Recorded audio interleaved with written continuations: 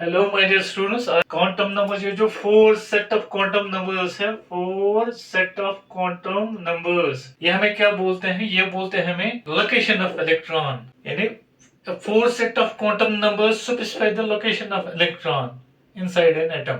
ये जो quantum numbers हैं, it is an address of electron. ये हमें बोलते हैं कि इलेक्ट्रॉन एक्चुअली कहाँ पे लोकेटेड है इनसाइड एन एटम। हम बता सकते हैं it is an address of electron. The quantum numbers specify the position. Quantum numbers specify the location of electron inside an atom. अब ये क्वांटम नंबर्स, ये जो four set of quantum numbers है, इनको हम फॉर एग्जांपल इनको हम बोलते हैं जैसे कि quantum number, principal quantum number जिसको हम n से डिनोट करते हैं। दूसरा है एजीमुथल क्वांटम नंबर, इसको L से डिनोट करते हैं। तीसरा है मैग्नेटिक क्वांटम नंबर, जिसको हम M से डिनोट करते हैं। और लास्ट में है सुपिन क्वांटम नंबर, जिसको S से डिनोट करते हैं। ठीक, ये जो प्रिंसिपल क्वांटम नंबर जिसको हम N से डिनोट करते हैं, ये हमें बोलता है अबाउट शेल ऑफ इलेक्ट्रॉन। यानी इलेक्ट्रॉन एक्चुअली किस शेल में प्रेजेंट है, ये हमें शेल के बारे में बोलता है। ये हमें बोलता है सब शेल या सब एनर्जी लेवल। ये बोलता है मेन एनर्जी लेवल के बारे में, यानी किस शेल या किस ऑर्बिट में इलेक्ट्रॉन प्रेजेंट है। ये बोलता है सब लेवल, यानी सब शेल के बारे में, सब शेल के बारे में। और सब शेल में इलेक्ट्रॉन कितने प्रेफर्ड ओरिएंटेशन पॉसिबल है, एक इलेक्ट्रॉन के लिए कितने प्रेफर्ड ओरिएंटेशन पॉसिबल है। यानी अगर हम तीन एक्सिस पे देखेंगे, थ्री पर्टिकुलर एक्सिस पे अगर हम देखेंगे कि इलेक्ट्रॉन के लिए कितने ओरिएंटेशन पॉसिबल है, या एम जितने ओरिएंटेशन पॉसिबल है उतने ऑर्बिटल्स हो सकते हैं। यानी एम हमें बोलता है नंबर ऑफ ऑर्बिटल्स के बारे में, ऑर्बिटल। और इलेक्ट्रॉन जब अपनी ही एक्सिस पे स्पिन करता है तो या तो वो क्लॉकवाइज स्पिन करेगा या एंटी क्लॉकवाइज। तो ये बोलता है हमें स्पिन क्वांटम नंबर। ठीक, यानी ये बोलता है कि इलेक्ट्रॉन क्या स्पिन करता है अबाउट इस एक्सिस, क्लॉकवाइज या एंटी क्लॉकवाइज। ठीक, अब हम इनको डिटेल में पढ़ने की कोशिश करेंगे। जैसे कि मैं डिफरेंट सब शेल्स यहाँ पे लूंगा। फॉर एग्जांपल मैं लूंगा डिफरेंट सब शेल्स जैसे कि 4s, 4s, 4p, 4d और 4f सब शेल्स। ठीक, अगर हम देखेंगे इन सब को, ये जो फोर नंबर 4 है, ये हमें बोलता है ये है प्रिंसिपल क्वांटम नंबर। ये बोलता है ये मेन एनर्जी लेवल, यानी मेन एनर्जी लेवल के इलेक्ट्रॉन की मेन एनर्जी लेवल शेल के बारे में बोलता है। तो इलेक्ट्रॉन फोर्थ शेल में प्रेजेंट है, यानी ये है n का वैल्यू। यानी इनमें सब जो प्रिंसिपल क्वांटम नंबर है दैट इज 4, सब में प्रिंसिपल क्वांटम नंबर 4। ठीक, जैसे कि अगर हमें पता है कि जो डिफरेंट शेल्स जिनको हम नाम देते हैं K shell, L shell, M shell, N shell. अगर ये पहली शेल है, ये दूसरी शेल है, ये तीसरी शेल है, ये फोर्थ शेल है। जिस नंबर की शेल होगी उतने ही उसमें सब शेल्स होंगे। इसमें एक ही सब शेल होगी जिसको हम डिनोट करते हैं एस सब शेल। इसमें एस और पी दो सब शेल्स होंगे। इसमें तीन, क्योंकि थर्ड शेल है, इसमें तीन सब शेल्स होंगे एस, पी और डी। इसमें चार सब शेल्स होंगे एस, पी, डी और एफ। ठीक, कहने का मतलब है ये n प्रिंसिपल क्वांटम नंबर हमें शेल नंबर के बारे में बोलता है। इन सब में शेल नंबर कितना है, ये फोर्थ शेल्स के सब शेल्स है, फोर्थ शेल के सब शेल्स है। ठीक, अब n का वैल्यू एजीमुथल क्वांटम नंबर अगर हम देखेंगे, एजीमुथल क्वांटम नंबर जो है L s के लिए होता है। अगर हम s के लिए देखेंगे, L जो है, L का वैल्यू अगर हम देखेंगे ये होता है 0 s के लिए, 1 होता है p सब शेल के लिए, और 2 होता है d सब शेल के लिए, और 3 होता है f सब शेल के लिए। ठीक, तो L का वैल्यू s के लिए 0, p के लिए 1, d के लिए 2 और f के लिए 3। ठीक, अब उसके बाद magnetic quantum number, magnetic quantum number. तो मैग्नेटिक क्वांटम नंबर देखिए, ये जो L है, एजीमुथल क्वांटम नंबर जो है L, ये कहां से स्टार्ट होता है, ये होता है 0 to n1। ठीक है, 0 to n, यानी टोटल वैल्यू उसको L के कितने वैल्यू टोटल हो सकते हैं 0 to n-1। ये L के वैल्यू प्रिंसिपल क्वांटम नंबर पे डिपेंड करते हैं। अगर इसके लिए हम निकालेंगे, यहाँ पे प्रिंसिपल क्वांटम नंबर जो है L, n कितना है, n इज इक्वल टू 4। तो इसके वैल्यू कहां से आएंगे, l के वैल्यू आएंगे 0 से लेके n माइनस यानी n माइनस 1। n कितना है 4 माइनस 1 3। 0 to 3 आएंगे वैल्यू किसके, l के। ये देखो 0 to 3 क्योंकि l is equal to 0 to n minus 1। 0 से लेके n माइनस 1 जितने भी वैल्यू आएंगे वो सब l के होंगे। 0 to n माइनस 1 आते हैं वैल्यू 0 to 0 1 2 3। ठीक 0 1 2 3 यानी टोटल 3 तक, 0 से स्टार्ट 0 1 2 3। उसके बाद magnetic quantum number, magnetic quantum number. Magnetic quantum number m कहां से स्टार्ट होता है, m के वैल्यू भी लाइक l के वैल्यू n पे डिपेंड करते हैं, m के वैल्यू l पे डिपेंड करते हैं। तो m के वैल्यू कहां से स्टार्ट होते हैं, minus l to plus l। ठीक minus l to plus l। Okay और टोटल वैल्यूज ऑफ m कितने होंगे, टोटल वैल्यूज ऑफ m वो होंगे 2l प्लस 1, 2l प्लस 1। ये देखिए अगर हम l का वैल्यू 0 लेंगे 2 इंटू 0 हो गया 0 प्लस 1। तो यहाँ पे m का value for l is equal to 0, m का एक ही वैल्यू निकलेगा। तो वो कितना वो निकलेगा एक ही वैल्यू 1 वैल्यू यानी 0, क्योंकि l जब 0 होगा m भी 0 होगा, क्योंकि m के वैल्यू l पे डिपेंड करते हैं minus l to plus l। कहने का मतलब है जब l is equal to 0 m का एक ही वैल्यू होगा। ठीक 0। अब जब m का वैल्यू होगा 1 तो m के वैल्यू कहां से स्टार्ट होंगे, minus l to plus l यानी माइनस 1 क्योंकि l हमें लेना 1, माइनस 1 0 और प्लस 1 क्योंकि minus l to plus l। Minus जब हम माइनस 1 लेंगे और प्लस लेंगे प्लस 1, माइनस 1 से प्लस 1 तक m के वैल्यू होंगे।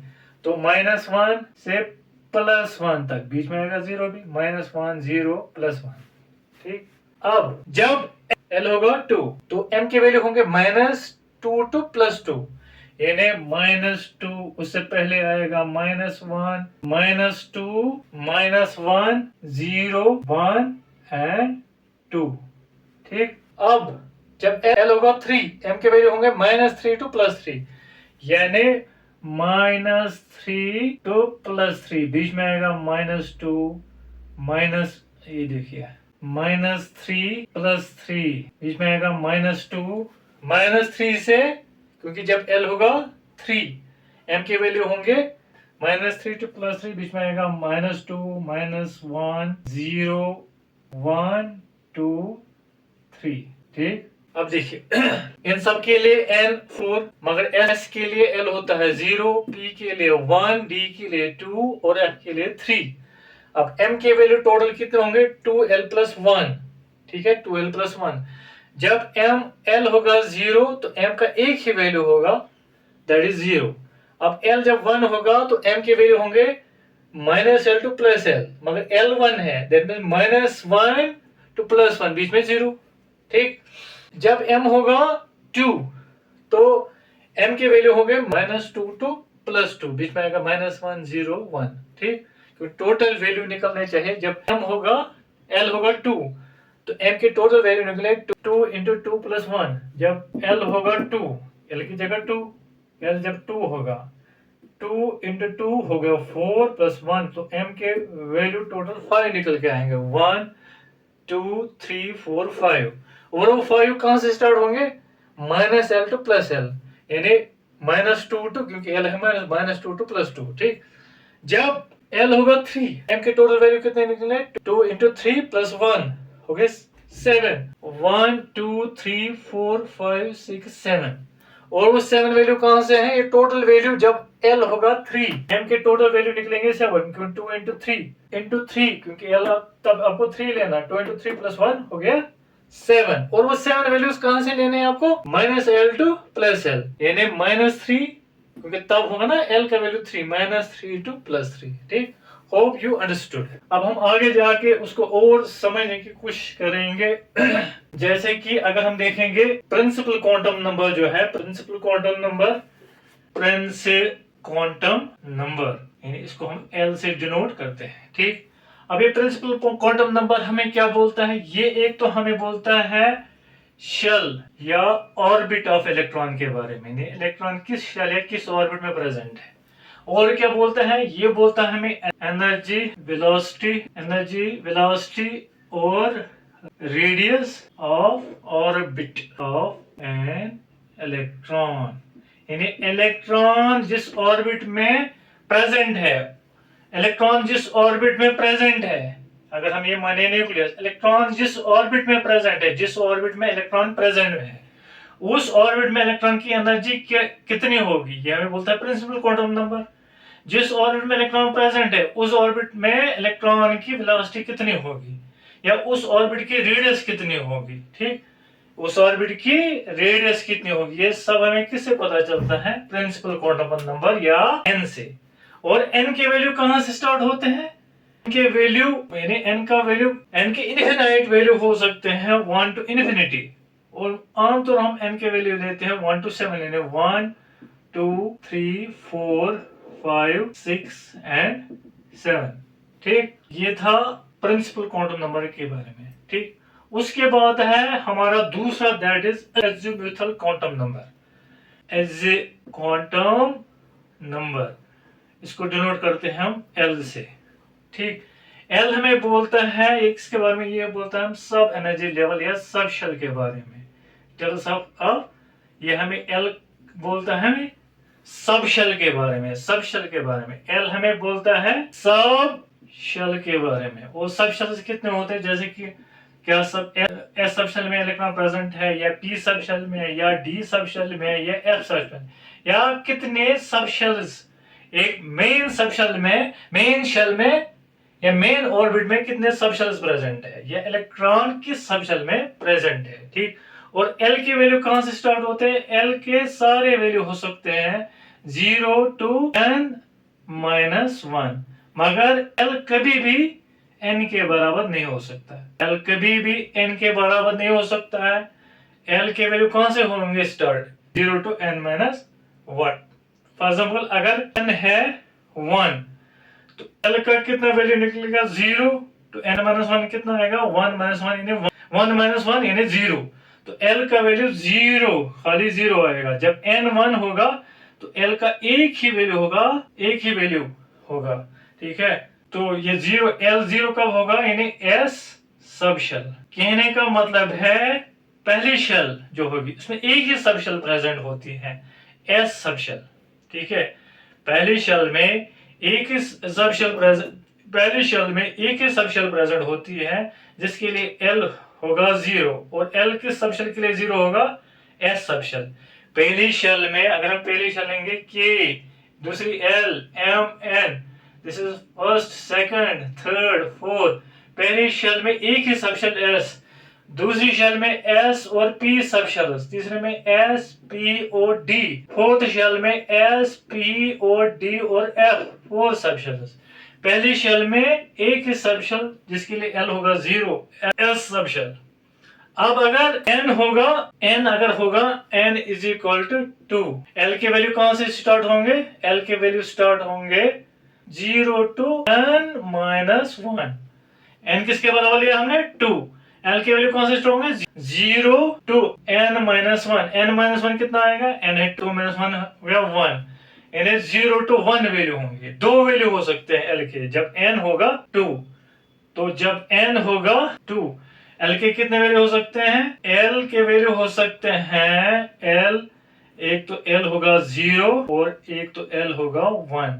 एल 0 कब होगा, एस सब शेल के लिए, एल 1 कब होगा, पी सब शेल के। कहने का मतलब है जब n होगा 2, एल के वैल्यू कहां से आएंगे, 0 to n-1, 2 - 1 होगा 1, 0 to 1, यानी 0 to 1 एल के वैल्यू। जब एल का 0 होगा, जब एल 0 होगा तो एस सब शेल, जब एल 1 होगा तो पी सब शेल, यानी दूसरी शेल में, दूसरी शेल जब n2 होगा, दूसरी शेल में दो sub shell S and P, ठीक। लाइकवाइज अगर n का वैल्यू होगा 3, जब n का वैल्यू होगा 3 तो l किसके बराबर निकलेगा, l के वैल्यू कितने निकलेंगे, जब n होगा 3 के बराबर, l के वैल्यू कहां से होंगे, 0 to n-1, 3 - 1 हो गया 2, 0 to 2 सभी वैल्यूज l के होंगे, यानी L का वैल्यू होगा 0 भी, L का वैल्यू होगा 1 भी और L का वैल्यू होगा 2 भी। L का वैल्यू 0 कब होगा? S सबशेल के लिए। और L का वैल्यू कब होगा? 1 P सबशेल के लिए। L का वैल्यू कब होगा? 2 D सबशेल। कहने का मतलब है जब N होगा 3, थर्ड शेल में 3 सबशेल S P D, क्योंकि जब L होगा 0 तो S सबशेल, L होगा 1 P सबशेल, L होगा 2 D सबशेल। ठीक। अगला क्वांटम नंबर जो हमारा है that is magnetic quantum number. Magnetic quantum number, जिसको हम डिनोट करते हैं m से। मैग्नेटिक क्वांटम नंबर हमें क्या बोलता है? मैग्नेटिक क्वांटम नंबर हमें बोलता है how many preferred orientations are possible for an electron, यानी ऑन पर्टिकुलर एक्सिस इलेक्ट्रॉन के लिए कितने ओरिएंटेशन पॉसिबल है। जितने ओरिएंटेशन पॉसिबल है दैट मींस इतने ऑर्बिटल्स पॉसिबल है। यानी मैग्नेटिक क्वांटम नंबर हमें बोलता है नंबर ऑफ ऑर्बिटल्स के बारे में, नंबर ऑफ ऑर्बिटल्स के बारे में। ठीक। और m के वैल्यू कहां से स्टार्ट होंगे? m के वैल्यू होते हैं start -L to +L including 0, -L to +L including 0, सभी वैल्यूज m के सभी वैल्यू हो सकते हैं -L to +L इंक्लूडिंग 0। ठीक।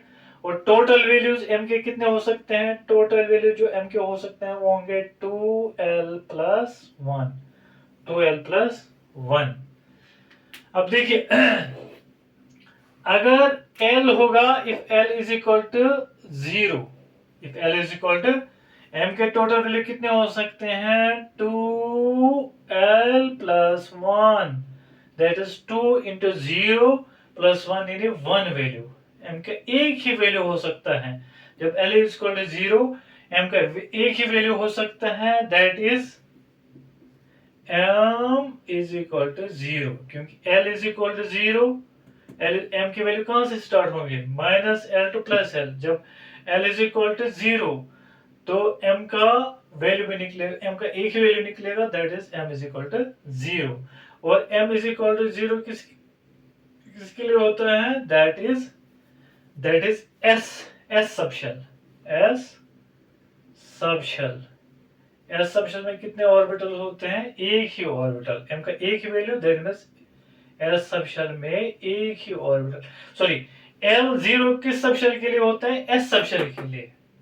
तो M0 का मतलब है S सबशेल में एक ही ऑर्बिटल। L0 किसके लिए होता है? S सबशेल के लिए। M is equal to 1 value, M is equal to वो कौन सा है? M is equal to 0। M का एक ही वैल्यू देने S सबशेल में एक ही ऑर्बिटल प्रेजेंट होता है। ठीक। अब if L is equal to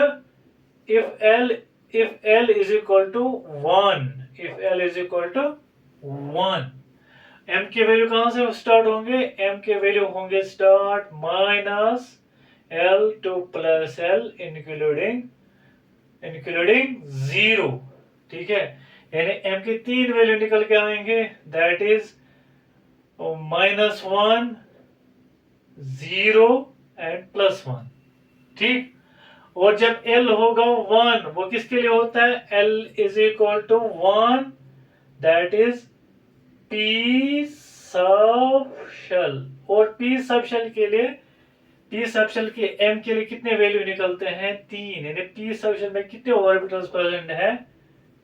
P subshell में कितने ऑर्बिटल्स प्रेजेंट है? 3, जिनको हम बोलेंगे Px, Py एंड Pz। ठीक। क्योंकि m के टोटल वैल्यू कितने होते हैं? m के टोटल वैल्यू कितने होते हैं? m के टोटल वैल्यू होते हैं 2l+1। l किसके बराबर है? 1। That means 2l+1 is equal to 2 into 1 + 1 that इज 3। जब L is equal to 1, m के 3 वैल्यू निकल सकते हैं। m के जब L is equal to 1, m के टोटल वैल्यू कितने आएंगे? 3। वो 3 वैल्यू कहां से स्टार्ट होंगे? -L to +L, क्योंकि L है 1 -n to -1 to +1 स्टार्ट होंगे इंक्लूडिंग 0, -1 to +1 इंक्लूडिंग 0, यानी m का टोटल वैल्यू 3, that is p sub shell. ठीक, अब अगर हम लेंगे इफ विज अगर हम m l का वैल्यू लेंगे किसके बराबर, अगर हम l का वैल्यू लेंगे 2 के बराबर, if l is equal to 2, ठीक, m के वैल्यू कितने निकलेंगे, m के वैल्यू निकलेंगे -l to +l including 0, that is m के वैल्यू आएंगे -2, -2, -1, 0 भी, फिर 1 एंड 2, यानी जब l होगा 2, l किसके लिए 2, l इज इक्वल टू 2 किसके लिए, डी सब शेल के लिए, डी सब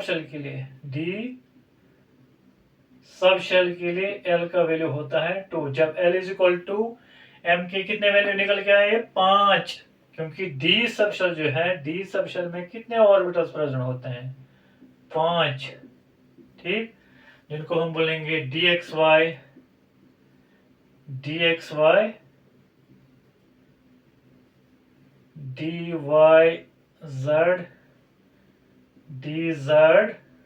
dzx, dx square y square, dx square y square and dz square, dxy, dyz, dzx, dzx, dx square y square and dz square। ठीक, अब अगर l को हम लेंगे 3 के बराबर, अगर हम l को लेंगे if l is equal to 3, if l is equal to 3, m के वैल्यू कहां से कहां तक होंगे, -l to +l, यानी -3, -2, -1 इंक्लूडिंग 0, 1, 2 एंड 3, सभी वैल्यू है -3 to +3, बीच में -2, -1, 0, 1, 2, यानी 7 वैल्यू, टोटल 7 वैल्यू, यानी m is equal to 2l + 1, यानी 2 into 3 प्लस, क्योंकि m के वैल्यू होंगे स्टार्ट -l to +l, और m के वैल्यू टोटल m वैल्यू पर particular value of l, m के कितने टोटल वैल्यू हो सकते हैं 2l + 1, l क्योंकि 3 है, 2 into 3 + 1 दैट मीन्स 7, जब l is equal to 3 m के 7 वैल्यू निकल के आ सकते हैं। ठीक, इस फॉर्मूला से 2l + 1 वो 100, यानी जब l किसके लिए 3 होता है, l किसके लिए 3, किस सब शेल के लिए, f सब शेल के लिए, s सब शेल के लिए l कितना होता है 3, और m के वैल्यू कितने निकल के आएंगे जब l इज इक्वल टू 3, 7, क्योंकि s सब शेल में टोटल ऑर्बिटल्स कितने होते हैं 7। ठीक, 1, 2, 3, 4, 5, 6, 7। Hope you understood. Thank you.